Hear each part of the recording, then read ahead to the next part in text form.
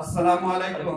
প্রশ্ন হচ্ছে, কোন এক ব্যক্তি বিড়ি খৈনি খেয়ে তারপর ওযু করে এমনকি বিড়ি খৈনি পকেটে রেখে নামাজ হবে কি?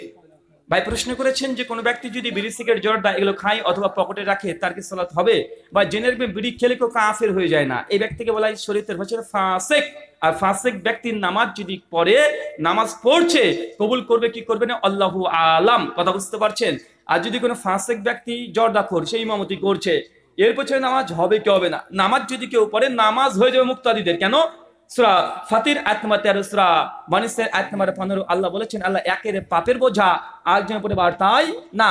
সে বুখারী 694 নম্বর হাদিসের অধীনে ইমাম বুখারী একটা অধ্যায় রচনা করেছে বিদাতি এবং ফিতনাবাজ ইমামের পেছনে নামাজের বিধান।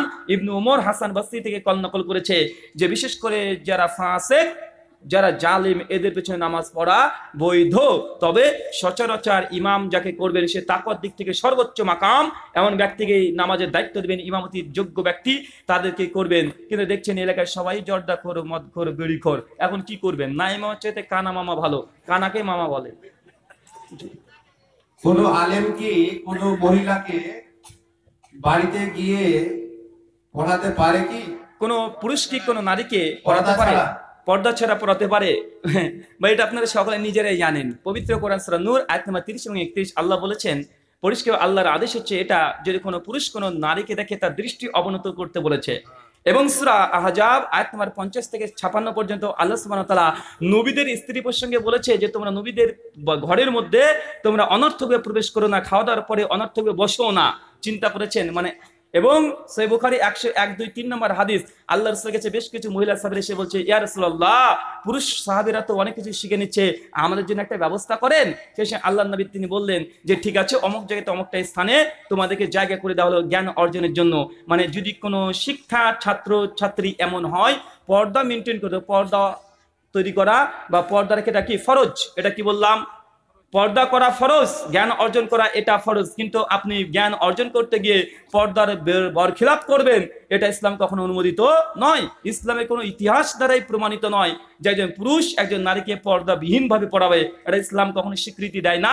এটা অন্য ধর্মে থাকতে পারে, ইসলামে নেই। জি। মাগরিবের জামাতে আসরের কাজা নামাজ আদায় করব নাকি মাগরিবের নামাজ আদায় করব? সহিহ বুখারী 603 নম্বর হাদিস, আল্লাহ নবী বলেছেন যখন ফরজ নামাজের ইকামত পড়ে যায়, সেই নামাজ ব্যতীত অন্য কোনো নামাজ নেই।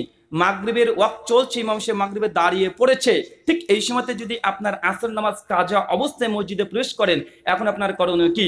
দুটো করণীয়। এক, সেই সময় এটাই উত্তম যে আপনি ইমাম সাহেব যেহেতু মাগরিব পড়ছে নিশ্চিত জানছেন, মাগরিবে শামিল হয়ে যান। কি বললাম? মাগরিবে শামিল হয়ে যান।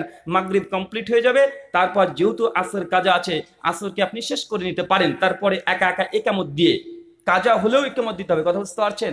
নামাজ যদি কাজা হয়ে যায় তারপরে একামত দিতে হবে, এটা সুন্নাহ।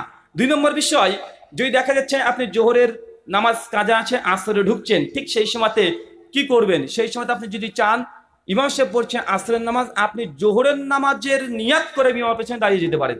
কথা বুঝতে পারছেন?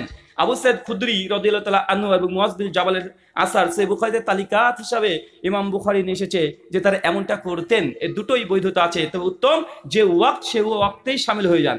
জি।